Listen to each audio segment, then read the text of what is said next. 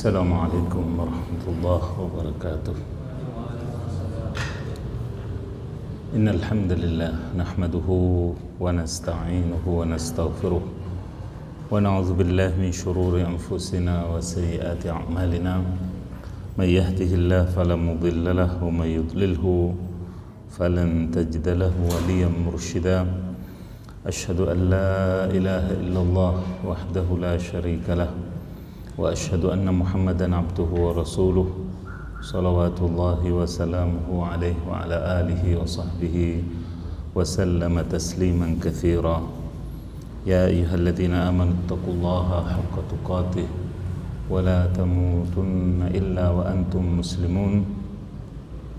يا أيها الذين آمنوا اتقوا الله وقولوا قولا سديدا يصلح لكم أعمالكم ويغفر لكم ذنوبكم ومن يطع الله ورسوله فقد فاز فوزا عظيما. أما بعد، فإن أصدق الحديث كتاب الله وخير الهدي هدي محمد صلى الله عليه وسلم وشر الأمور محدثاتها وكل محدثة في دين الله بدعة وكل بدعة ضلالة. Ma'asyiral aba wal ummahat wal ikhwa wal akhawat, kembali kita dipertemukan oleh Allah Subhanahu wa taala dalam majlis yang mulia ini dalam rangka mengkaji asma-asmanya yang mulia, di mana kita berharap Allah Subhanahu wa taala membukakan pikiran kita, melapangkan dada kita untuk menyerap setiap pelajaran maupun hikmah yang ada di dalam majlis ini. Salawat dan salam kita aturkan juga kepada Nabi tercinta termulia Muhammad sallallahu alaihi wasallam, begitu pula kepada keluarga beliau, para sahabat setia beliau. Jamaah yang saya hormati dan dirahmati Allah, kita lanjutkan kajian kita. Pada kesempatan lalu kita telah berbicara tentang asma Allah Al-Hayy, dan di penghujungnya yaitu manfaat mengimani asma ini, di mana tiga manfaat pertama sudah kita bacakan atau kita jelaskan. Kemudian faedah yang keempat atau manfaat dari mengimani asma Allah Al-Hayy ini, yaitu malu kepada diri sendiri bila ia bermaksiat ataupun melanggar perintah Allah. Inilah jiwa yang mulia dan tingkatan malu yang tertinggi dan sempurna. Bila pada diri sendiri saja malu, apalagi kepada orang lain. Nah, sekali lagi, inilah tingkat malu yang tinggi ketika melakukan pelanggaran terhadap larangan Allah atau tidak mengerjakan perintah Allah. Malu kepada dirinya sendiri, malu kepada Allah akan nikmat-nikmatnya yang diberikan kepada dirinya, kemudian dia tidak mampu mensyukuri atau beribadah kepada Allah secara maksimal. Ketika bangun subuh terlambat misalnya ya mungkin pulang dari safar kecapean, bangun jam 5 misalnya, maka hamba mukmin, hamba yang mengimani asma Allah Al-Hayy itu akan merasa malu kepada dirinya sendiri, tanpa dikata-katai, tanpa dimarah-marahi oleh siapapun, karena merasa kurang dalam menjalankan perintah Allah. Begitu pula ketika melanggar larangan-larangan Allah Subhanahu wa ta'ala, dia tentunya akan menjauhi tempat-tempat yang kira-kira pelanggaran terhadap larangan Allah terjadi, tempat-tempat maksiat, tentunya dia akan menjadi orang yang paling jauh darinya. Bahkan tempat-tempat yang mengundang raib, mengundang keraguan, mengundang syubhat, maka dia pun juga akan menjauhinya. Yang kelima, menghiasi diri dengan sifat malu, karena al-haya'u la ya'ti illa bi khair. Yang namanya malu itu tidak akan mendatangkan kecuali kebaikan. Berarti sebaliknya, mafhum mukhalafahnya adalah ketika sudah tidak malu, maka dia akan melakukan segala keburukan. Makanya Rasulullah juga sudah disebutkan pada pertemuan lalu, idza lam tastahi fasna' ma syi'ta. Bila engkau sudah tidak malu, maka perbuatlah sekehendak dirimu. Di sini jangan dipahami salah atau keliru. Oh, berarti kita kalau sudah tidak malu boleh melakukan apa saja. Tidak. Bukan dipahami demikian. Akan tetapi pemahamannya adalah bahwa orang yang sudah tidak punya malu, maka dia akan melakukan hal-hal yang mengundang murka Allah, pelanggaran-pelanggaran, sedang dia tidak merasa sungkan kepada siapapun. Dilihat orang juga tidak demikian, tidak malu. Nah, na'udzubillah, tsumma na'udzubillah. Kemudian yang keenam, bertaubat kepada Allah bila ia khilaf menyebarkan kemaksiatannya, karena ia tahu bahwa Allah sangat benci kepada pelaku maksiat yang terang-terangan. Ya. Sesungguhnya Allah Subhanahu wa ta'ala mengampuni para pendosa, para pelaku maksiat, illal mujahir, kecuali orang yang berbangga dengan maksiat, dengan pelanggarannya itu. Dengan melanggar larangan Allah dia berbangga dan ya, merupakan ya, kesulitan tersendiri di era digital sekarang ini ketika seseorang di masa jahiliyahnya melakukan sesuatu sedang itu terekam. Ini musibah yang ya, sulit untuk dihapus. Kalaupun apalagi sudah diupload di YouTube, apalagi sudah diupload di medsos. Nah, ini bila ia khilaf menyebarkan kemaksiatannya, dia semua yang filenya dihapus, tapi sudah kadung beredar. Allahul musta'an. Maka dari itu hendaklah ya kita berhati-hati terhadap diri kita sendiri, juga keluarga kita, juga orang-orang yang menjadi tanggung jawab kita. Jangan sampai meninggalkan ya, jejak digital dalam keburukan. Ya. Apa saja ya. Mungkin temannya ketika sama-sama nakal, misalnya pas sama-sama mabuk ada satu yang na'udzubillah menyuting, maka ini sangat sulit, wallahul musta'an. Akan tetapi Allah Subhanahu wa ta'ala tentunya menerima taubat hambanya apapun keadaannya, bila itu taubatnya benar. Namun ya, sekali lagi itu akan menjadi beban mental bagi si pendosa atau orang yang bertaubat tersebut. Maka dari itu sekali lagi hendaklah kita berhati-hati dalam hal perangkat-perangkat yang kita punya, baik itu laptop maupun HP. Begitu pula orang-orang atau anak, istri kita, bagi yang laki-laki atau juga keluarga kita pada umumnya.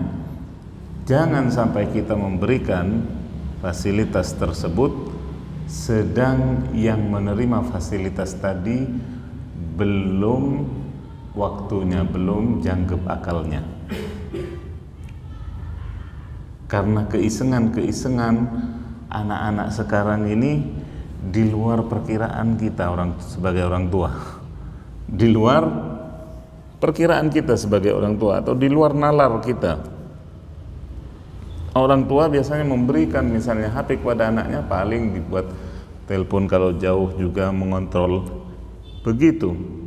Akan tetapi anak kita mungkin juga dengan kepolosannya, tapi kanan kirinya temannya, teman sekolahnya, teman tetangganya, teman kampungnya yang bisa mewahyukan dalam tanda kutip wahyu yang buruk. Nah, maka di sini sekali lagi perlu kewaspadaan. Jangan sampai kemudian taubat kita selaku hamba menjadi taubat yang bersisa. Taubat yang bersisa atau taubat juga yang meninggalkan jejak bukan hanya di hati atau di pikiran si pelaku, tetapi juga menjadi tontonan, naudzubillah, menjadi tontonan orang banyak, naudzubillah. Kemudian yang ketujuh, menutupi aib saudara kita di dunia adalah suatu fadilah, suatu ihsan, suatu kebaikan. Maka Allah akan menutup pula aib orang yang menutup aib saudaranya di dunia dan di akhirat. Karena manusia tentunya tak luput dari dosa dan kesalahan.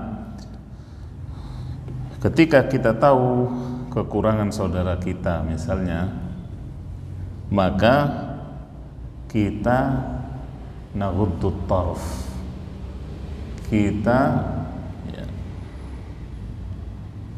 memaafkannya sebelum si pelaku itu meminta maaf. Itulah ukhuwah, tingkat ukhuwah yang tinggi pula.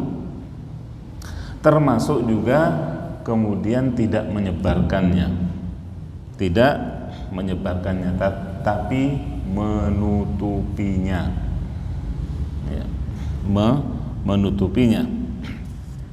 Pahalanya bagi yang melakukan ini, Allah Subhanahu wa ta'ala juga akan menutupi aibnya di dunia dan kelak di akhirat.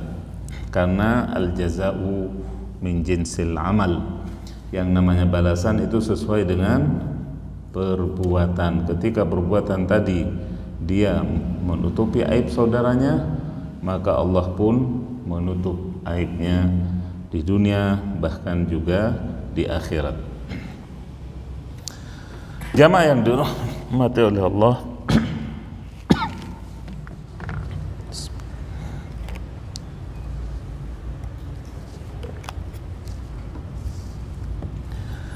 kemudian kita beranjak kepada asma Allah berikutnya,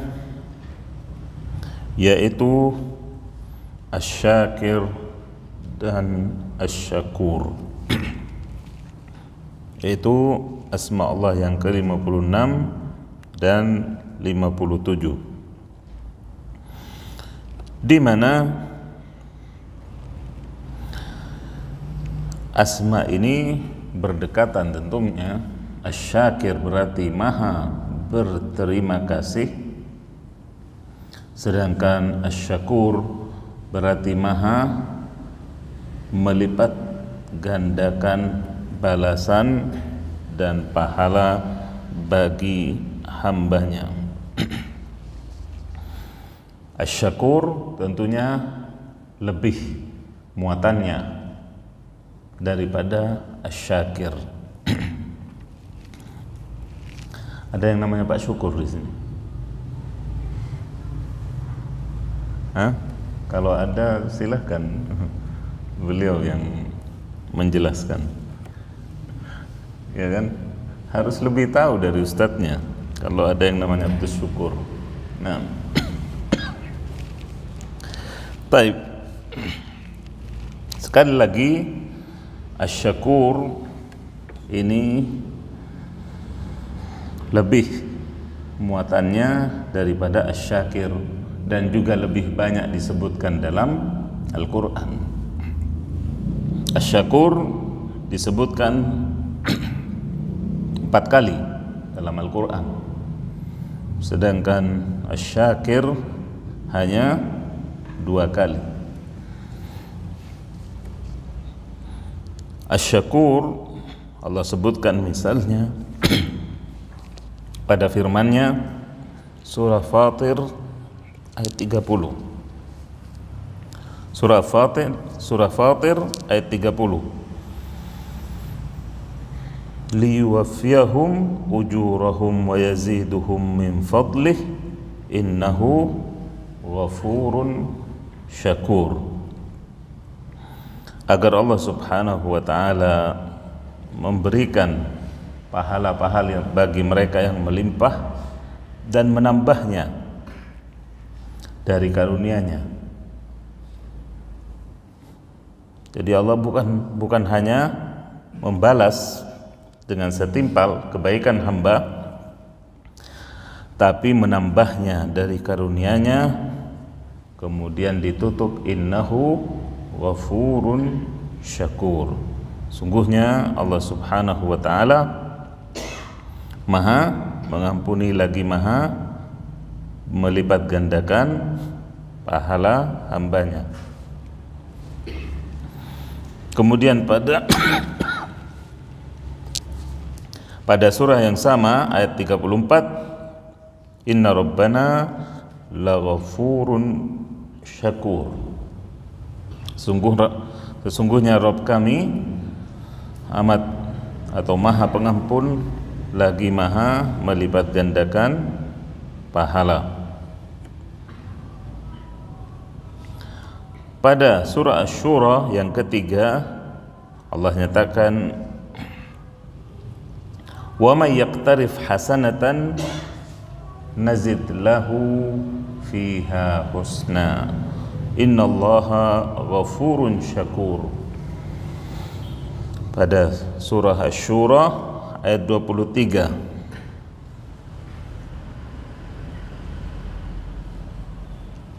barang siapa yang melakukan satu kebaikan, maka akan kami tambahkan kebaikan padanya. Sungguh Allah adalah zat yang Ghafur, Maha pengampun lagi Maha melipat gandakan pahala. Pada 3 ayat ini Allah gandengkan nama Syakur dengan Ghafur. Tentunya ini ada pembahasan tersendiri bagi para mufassir. Kenapa sampai 3 kali berturut-turut Allah Subhanahu wa ta'ala menggandengkan namanya Asy-Syakur dengan Ghafur. Sedangkan pada ayat yang keempat Allah gandengkan dengan asmanya yang lain, yaitu Halim. Pada surah At-Taghabun ayat 17 Allah nyatakan, in tuqridullaha qardan hasanan yudha'ifhu lakum wa yaghfir lakum wallahu syakurun halim. Dan jika kalian memberikan pinjaman yang baik, Allah niscaya akan melipat gandakan kebaikan tersebut dan mengampuni dosa kalian. Sesungguhnya Allah adalah zat yang maha melipat gandakan balasan atau pahala lagi maha penyabar.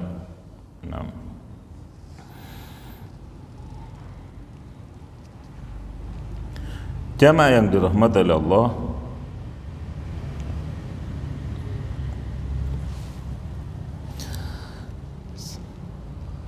makna daripada kata syukur yang sudah menjadi bahasa Indonesia, ya. Syukuri, kamu tidak bersyukur. Sering kita dengar kata-kata itu, sahih.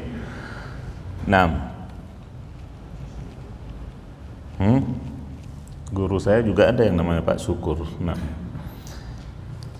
Ibnul Qayyim rahimahullah menyatakan bahwasanya syukur itu pada dasarnya tempatnya di lisan, di lisan.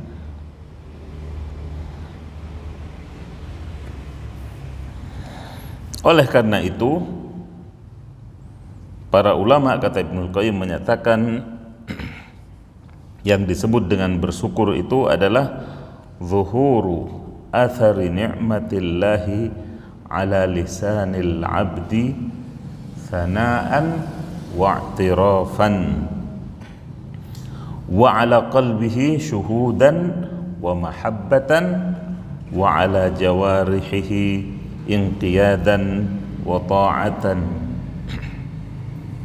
Tampaknya bekas nikmat Allah pada lisan hamba dengan memujinya dan mengaku.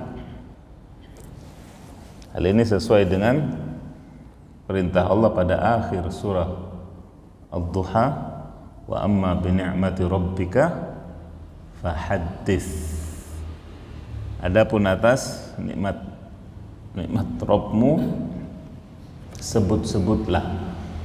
Alhamdulillah.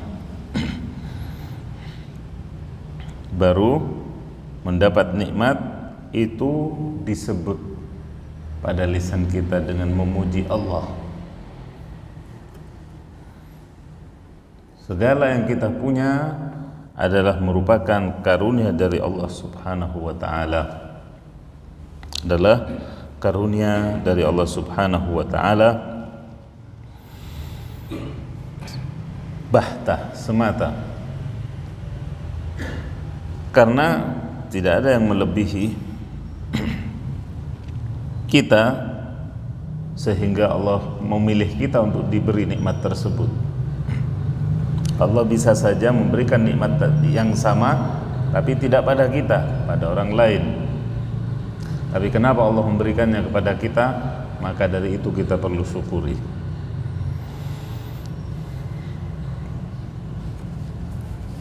Kemudian bentuk syukur juga pada hati dengan bertambahnya kecintaan kita kepada Allah. Ketika kita menerima hadiah dari seseorang saja, maka ada ucapan terima kasih dari lisan kita, kemudian di hati kita juga timbul mahabbah, kecintaan kepada yang memberi hadiah kepada kita. Lalu bagaimana dengan Allah Subhanahu wa ta'ala yang memberi kepada kita tanpa kita pinta?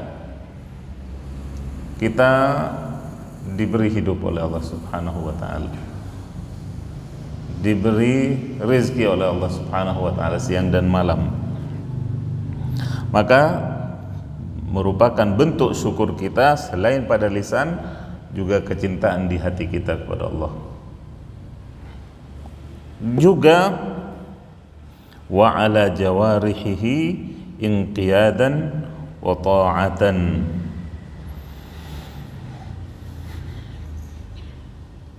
Ditampakkan pula bentuk syukur kita kepada Allah dengan mentaatinya, menggunakan nikmat yang Allah berikan untuk ketaatan kepadanya.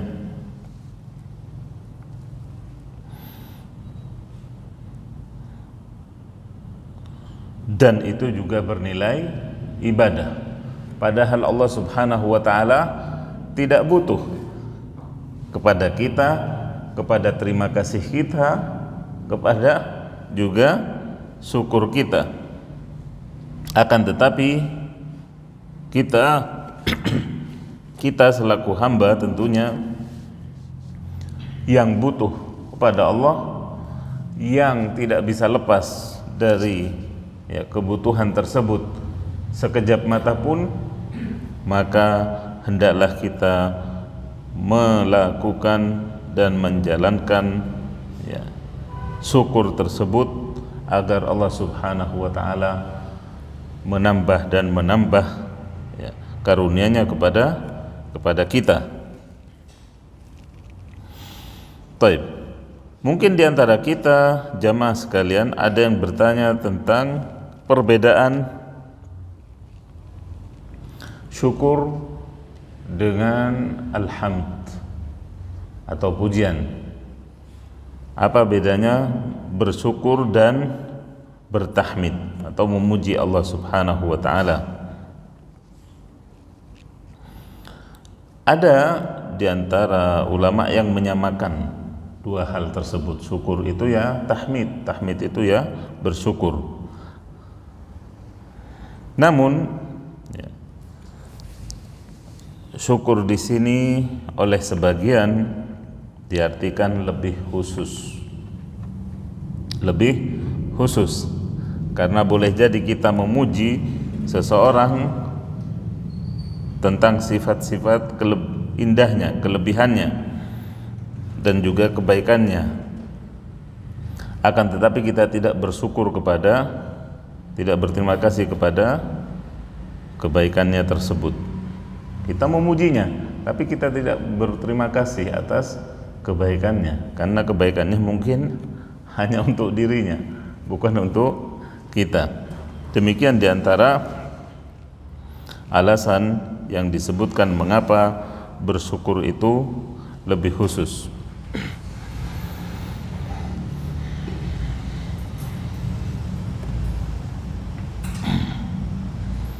Jamaah yang dirahmati oleh Allah, bersyukurnya Allah Subhanahu wa ta'ala terhadap hambanya adalah dengan seperti yang disebutkan tadi, melipat gandakan sesuatu yang kecil dari hambanya tadi, kemudian Allah lipat gandakan, Allah jadikan besar. Contohnya,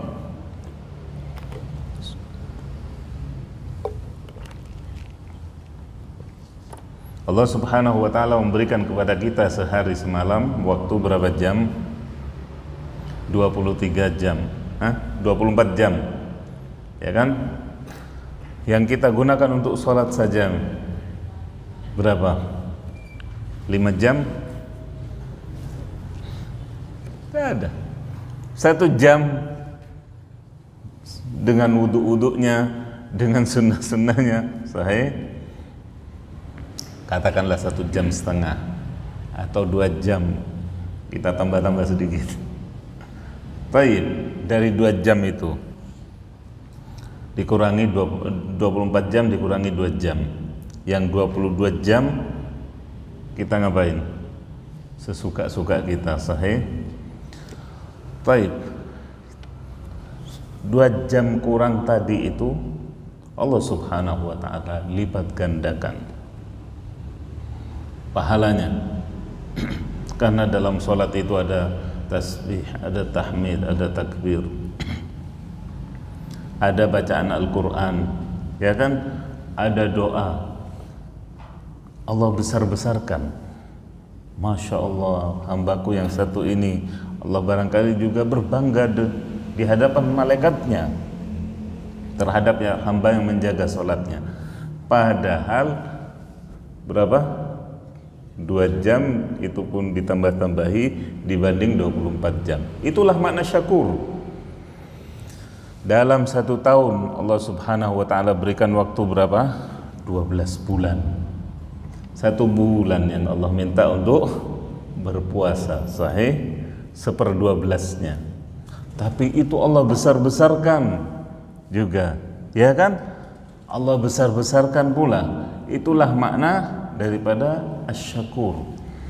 Padahal yang 11 bulan Allah bebaskan kita. Dan begitulah.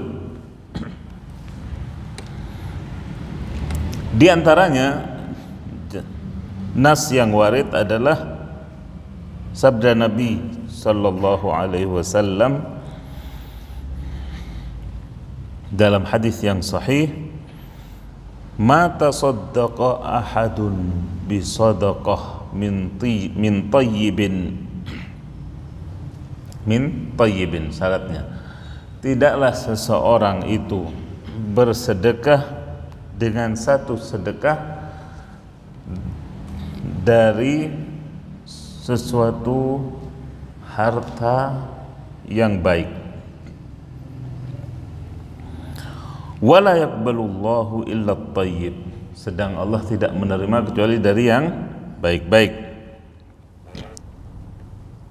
Illa akhadhaha ar-rahmanu biyaminih,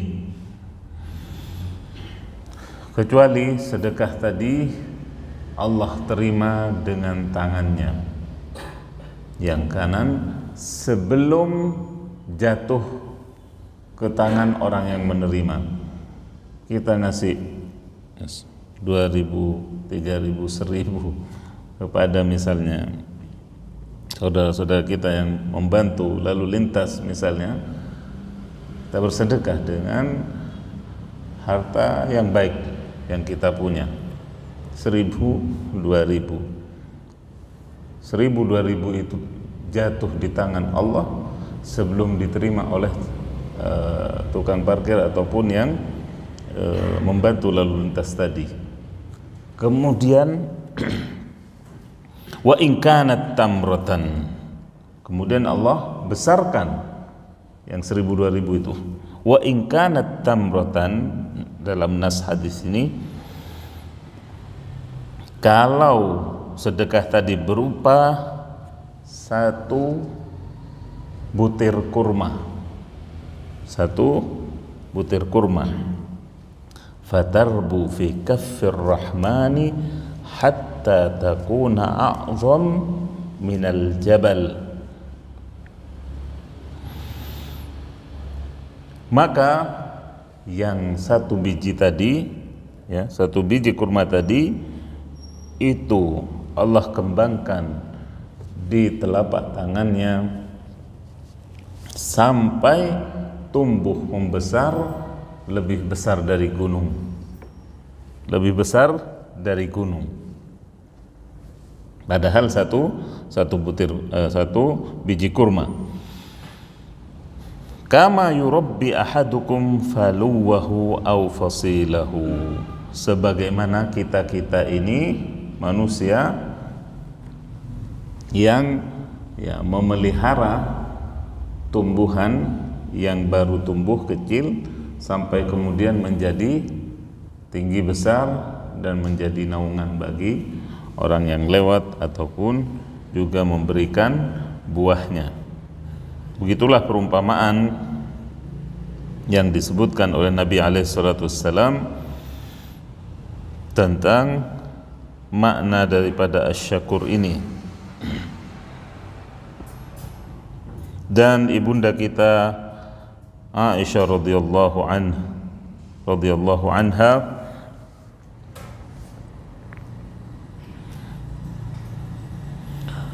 ketika membaca surah Az-Zalzalah, akhir surah Az-Zalzalah, faman ya'mal mithqala dzarratin khairan yarah wa man ya'mal mithqala dzarratin syarran yarah, maka beliau mengambil satu potong kurma dan disedekahkan, lalu menafsirkan ayat tadi dengan mengatakan zarrah bisa juga diartikan satu biji kurma, dan akan melihat balasannya kelak di sisi Allah Subhanahu wa taala. Lalu bagaimana dengan orang yang bersedekah atau menyediakan buka dengan satu pak kurma dengan lebih dari itu? Maka Allah Subhanahu wa taala Asy-Syakur tentu akan lebih melipat gandakannya lagi. ketika dalam solat juga, sebagaimana riwayat Imam Muslim, seorang imam atau seorang yang solat sendirian membaca Al-Fatihah, Alhamdulillahirabbil alamin, Allah pun menjawab dengan mengatakan hamadani abdi wa idza qala ar-rahmanir rahim qala asna alayya abdi wa idza qala maliki yaumiddin majjadani abdi. Ketika kita membaca alhamdulillahirabbil alamin, Allah menjawab hambaku memujiku. Dan ketika imam ataupun kita membaca ar-rahmanir rahim, maka Allah menjawab hambaku telah menyanjungku. Ketika menyatakan maliki yaumiddin, Allah menjawab juga mengagungkan dan mensucikanku hambaku. Lalu Allah subhanahu wa ta'ala mengumumkannya fil mala'il a'la, mengumumkannya di hadapan malaikat-malaikatnya yang terdekat. Ketika seseorang juga bersalawat kepada Nabi alaihi salatu wassalam satu salawat, maka Allah subhanahu wa ta'ala menjawab, melipat gandakannya menjadi 10. Lalu Allah juga mengampuni 10 dosanya dan mengangkat hamba tadi 10 derajat, subhanallah, dengan satu salawat. Ini adalah juga penjabaran atau makna daripada asma Allah Asy-Syakur. Satu dibalas dengan 10 dan berlipat-lipat pula.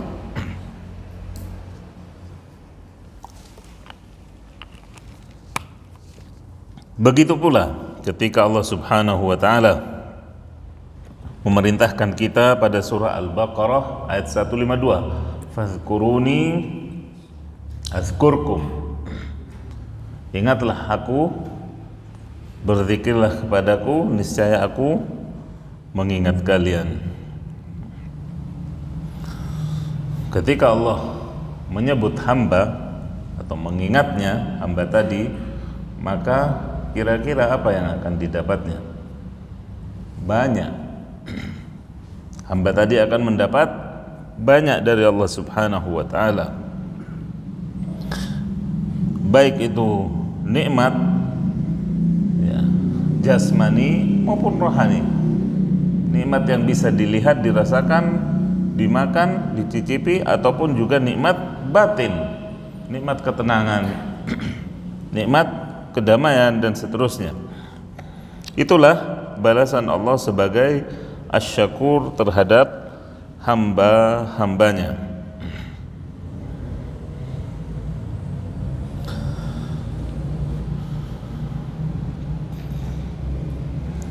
Pernah sebagaimana diceritakan oleh salah seorang tokoh salaf yang lewat di hadapan orang yang membaca firman Allah, ni'mal abd innahu awwab.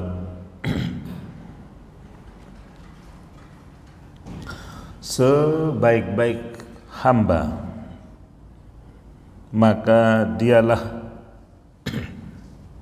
zat yang menerima taubat hambanya.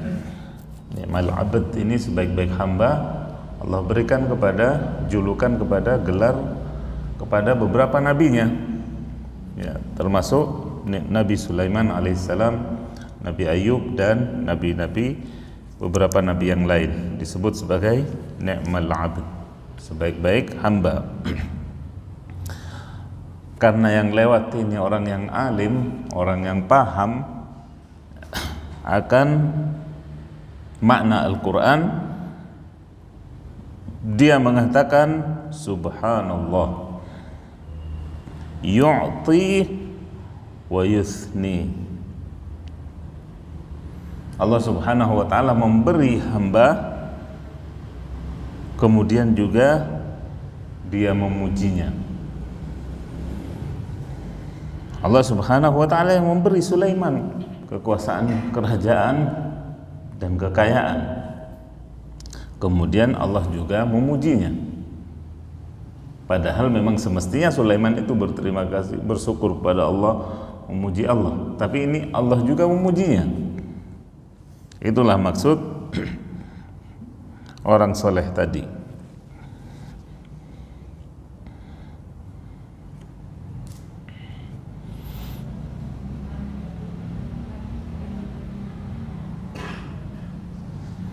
Diriwayatkan pula bahwasanya Musa alaihissalam pernah mengadu kepada Allah dengan mengatakan, ya Rabb, in ana ballaghtu risalatik famin indik, wa in ana sallaitu famin indik, wa in ana fa'altu kadza wa kadza min af'alit ta'at famin indik, wa min qibalik fa kaifa ashkuru. Ya Allah, kata ya Rabb, kata Musa, kalau aku berhasil melaksanakan tugas dakwah, maka ini karena bimbinganmu. Bila aku sholat juga karena bimbinganmu. Jika aku melakukan kesalehan atau amal juga karena bimbinganmu atau darimu. Lalu bagaimana aku bersyukur kepadamu ya Rabb, kata Musa. Lalu dikatakan, Allah menjawab, al-ana syakartani, al-ana syakartani. Kalau demikian sekarang ini wahai Musa, engkau bersyukur padaku. Ketika semuanya mengakui kesemuanya dari Allah Subhanahu wa ta'ala, fal-ajzu 'ani syukri tamamus syukri. Ketidakberdayaan untuk bersyukur adalah sesempurnanya syukur. Ketika kita sudah mengembalikan semuanya ketaatan kita, kita yakini itu juga karena ilham, bimbingan dari Allah, bukan kita bangga dengan perbuatan kita, dengan amal kita, tapi kita yakini itu adalah karena bimbingan dari Allah. Maka itulah kesempurnaan bersyukur, sebagaimana dinyatakan oleh Musa alaihissalam tadi. Jamaah yang dirahmati Allah, mungkin ini yang bisa saya sampaikan pada kesempatan kali ini. Mudah-mudahan bermanfaat. Terima kasih atas perhatiannya. Subhanakallahumma wa bihamdik, asyhadu an la ilaha illa anta, astaghfiruka wa atubu ilaik. Assalamualaikum warahmatullahi wabarakatuh.